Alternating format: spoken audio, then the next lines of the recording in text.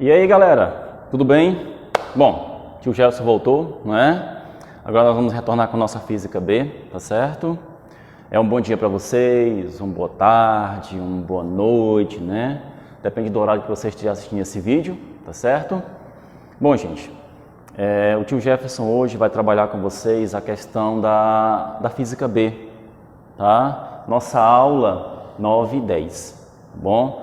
Só que assim, nós começamos a trabalhar a aula 9 e 10, então semana seguinte não teve mais aula, não é? Então vamos fazer uma revisão, tá bom? E vamos dar continuidade aqui no nosso raciocínio, tá certo?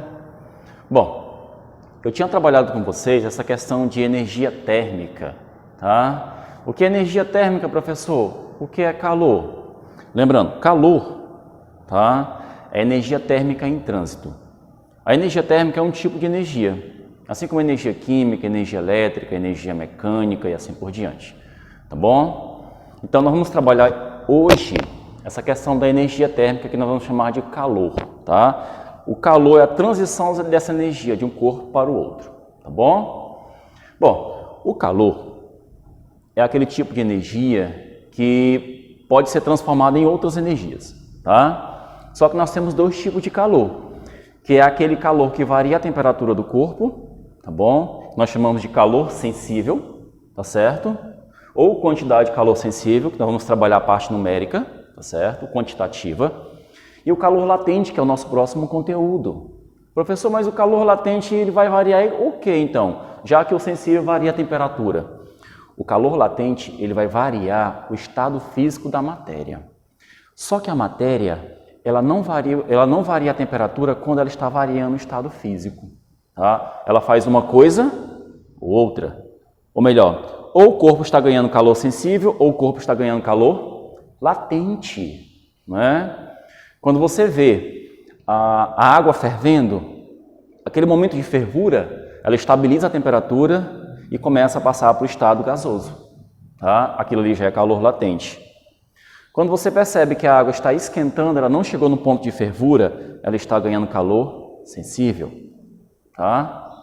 Por exemplo, quando você vê um cubo de gelo derretendo, ele está ganhando o quê? Calor latente.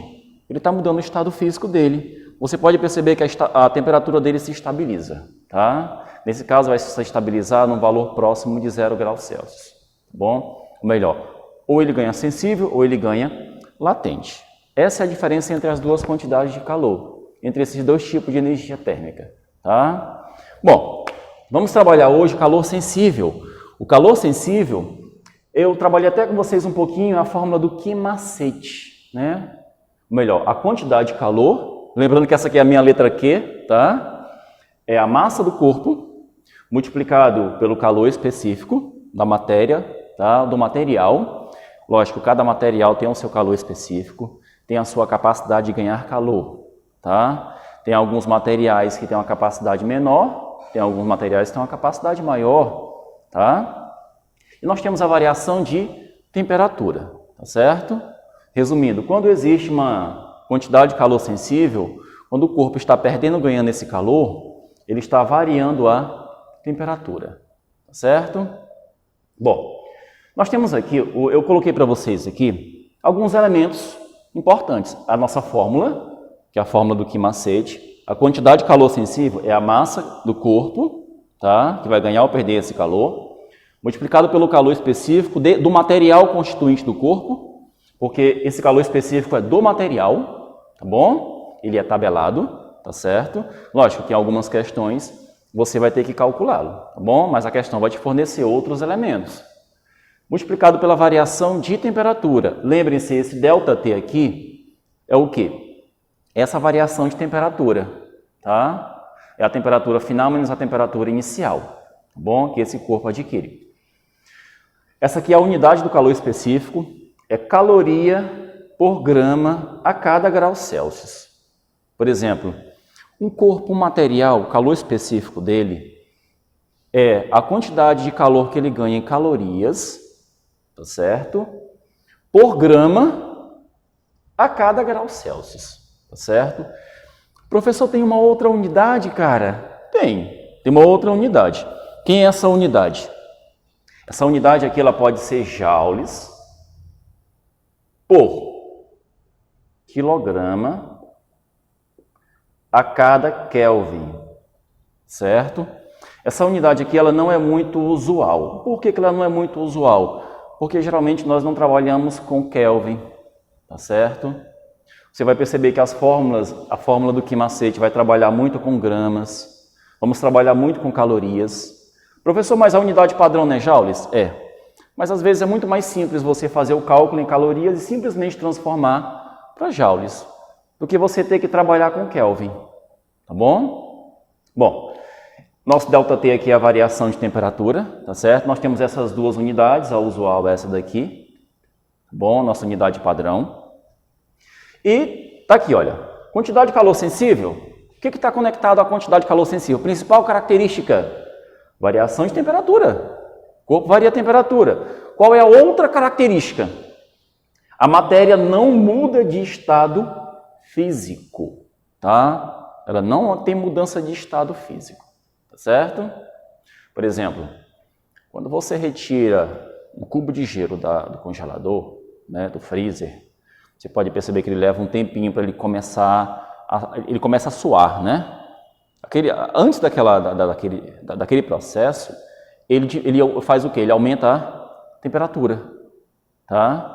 Ele ganha um pouquinho de calor sensível para variar a temperatura, aí ele estabiliza no zero. Quando ele estabiliza no zero, aí o corpo começa a ganhar calor latente, que é o nosso próximo conteúdo, tá certo? Então, quando você vê o gelo derretendo ali, você pode perceber que ele está ganhando calor latente, mas antes disso, ele ganhou o calor sensível. Ele aumentou a temperatura dele, estabilizou e começou a ganhar o calor latente. Tá bom? Bom, aqui, olha, nós temos a capacidade térmica do corpo. Nós temos duas fórmulas. Só que assim, é a mesma, só que uma é consequência da outra. Tá bom? O que é a capacidade térmica? Não confundam com o calor específico. Aqui é o C minúsculo, aqui é o C maiúsculo. Tá bom? É a quantidade de calor que esse corpo ganha ou perde a cada grau Celsius, pela variação de temperatura, tá certo? Tem corpos que têm capacidade tanto de ganhar quanto de perder, é lógico, né? Lembrando que essa capacidade aqui ela pode ser calculada pela massa multiplicada pelo calor específico, tá bom?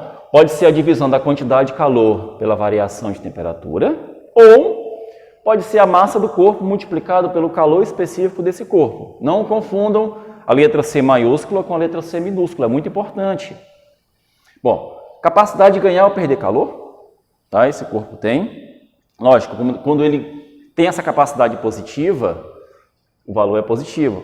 Quando o valor é negativo, ele está o quê? Perdendo calor, certo? Só que esse valor sempre vai dar um valor positivo. Só que ele pode ganhar ou perder, tá? A unidade da capacidade térmica é calorias a cada grau Celsius. Bom, esse corpo ele perde calorias a cada grau Celsius, ou ele ganha calorias a cada grau Celsius, tá certo? Lembrando que calorias não é a unidade padrão de energia. Calorias é a unidade padrão de energia térmica, tá? Mas a energia que nós tanto trabalhamos, a mecânica, a elétrica, a química, sempre elas enveredam para uma única unidade. Quem é essa unidade? Joules. Sempre que nossa unidade, ela sempre, a unidade vai ser joules. É a unidade padrão de qualquer tipo de energia, tá bom? Professor, então o que eu faço? Você vai transformar, tá? Bom, unidades. Trabalhamos aqui a capacidade térmica, que é essa capacidade de ganhar ou perder, dependendo do quê? Do corpo, do material, tá certo? E assim por diante. Lembrando que nós temos aqui o calor específico, tá? Então, as unidades de calor e grandezas, tá bom? Nós temos grandezas envolvidas que nos fazem errar em determinadas questões. Por exemplo, uma caloria, se você for passar para joules, uma caloria equivale a 4,2 joules. Bom, então uma única caloria, ela é proporcional a 4,2 joules, tá bom? Algumas questões arredondam o valor para 4 joules, não é? O valor mais exato, o valor mais próximo, algumas questões mais complicadas ou mais específicas utilizam isso aqui, olha, utilizam o valor de 1 caloria equivale a 4,18 joules, não é? Resumindo, você pode perceber que aqui, olha, essas unidades aqui são arredondadas em relação a esse valor, tá certo? Geralmente algumas questões elas utilizam um valor mais específico, ok? Bom, 1 quilocaloria, tá? Essa questão de 1 quilocaloria, você pode perceber que a quilocaloria é a quantidade energética que os corpos, né, absorvem. Porque a caloria, gente, é a quantidade de calor que uma determinada quantidade de água absorve quando se queima uma determinada matéria, tá? Então, por exemplo, 1 quilocaloria aqui significa que nós temos 1000 calorias, ok? Então, por exemplo, se a questão te dá um valor em quilocalorias, você tem que transformar em calorias.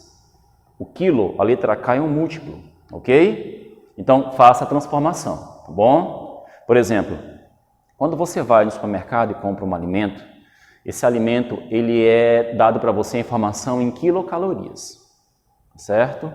É errado você falar, por exemplo, eu comprei um iogurte, esse iogurte ele me oferece 200 calorias, né? Não é 200 calorias que você está absorvendo naquele potinho de iogurte, são 200 quilocalorias, tá bom? Nosso corpo não absorve simplesmente a caloria, ele absorve de 1000 em 1000 calorias, ou melhor, de quilo em quilocalorias. Por exemplo, uma pessoa normal, ela absorve diariamente em cerca de 2000 quilocalorias. Então, se você for analisar, essa pessoa, ela absorve 2 milhões de calorias, tá? Porque ela absorve no dia a dia dela 2000 quilocalorias, tá bom? Ou 2 milhões de calorias no dito popular, tá bom? Aí o professor Jefferson volta com vocês na próxima aula, já resolvendo uma questão, ok? Valeu, galera!